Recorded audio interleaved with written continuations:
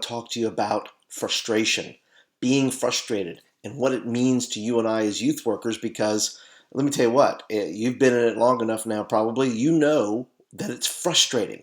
It is frustrating. Kids are frustrating. Parents are frustrating. Pastors are frustrating. Church people are frustrating. And what we have to deal with that as far as youth workers, and really just as people in general, we get frustrated for various reasons. But I like what Antonio Banderas, the actor Antonio Banderas, says. He says, expectations is the mother of frustrations.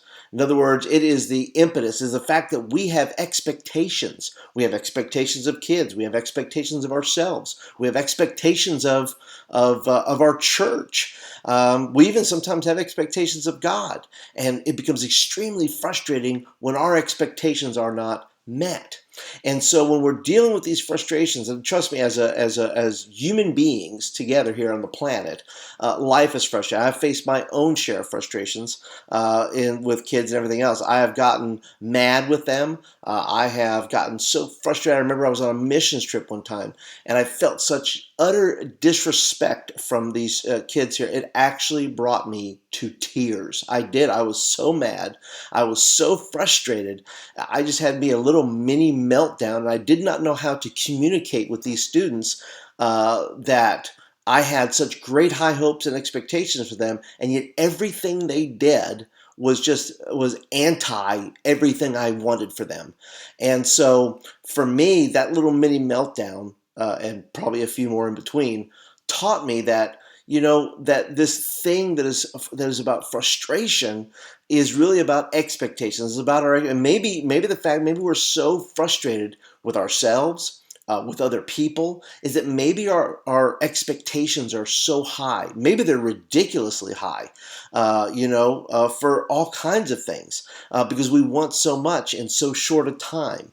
And so when we're thinking about frustration, you're thinking about your frustrations, think about this. Think about the fact that you do have a dream for your life. You do have a dream for your kids. You have a dream for your church. At least I hope you do.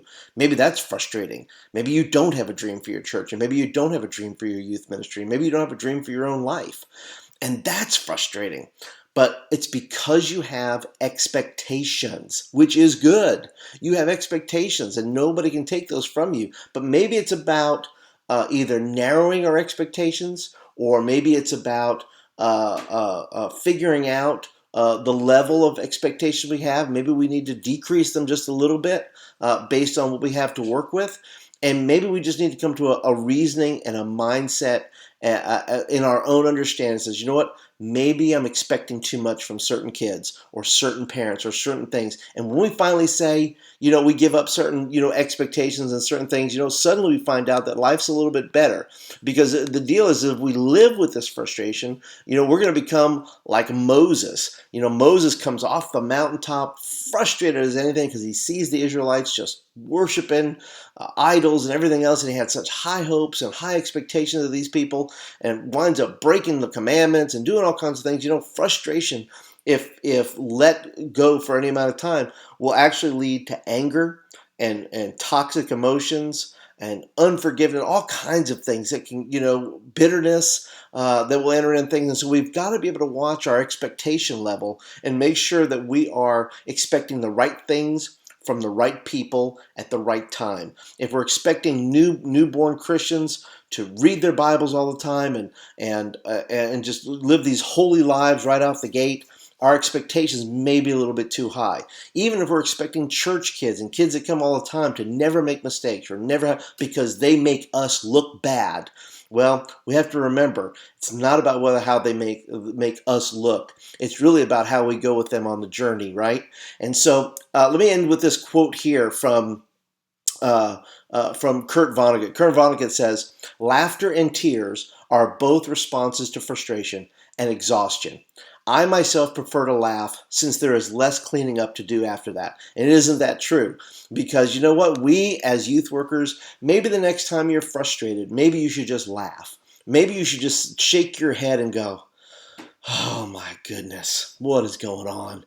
You know what? And if these things are frustrating you, if your expectations are so high, if people aren't meeting your expectations, drill down a little bit deeper into these relationships.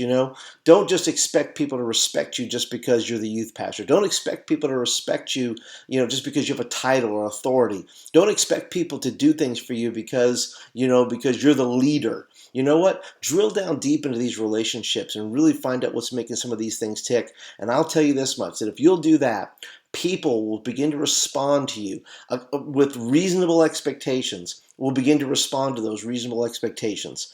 And so keep that in mind as you're going about your daily business today. And I hope and pray that this has served you in some way and helped you.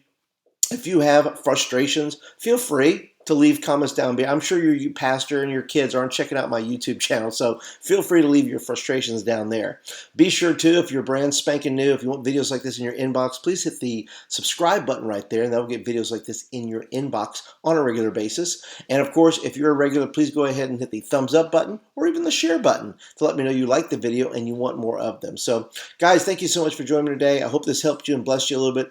Have a super, super fantastic week, and I'll talk to you guys tomorrow on the Tuesday Panic.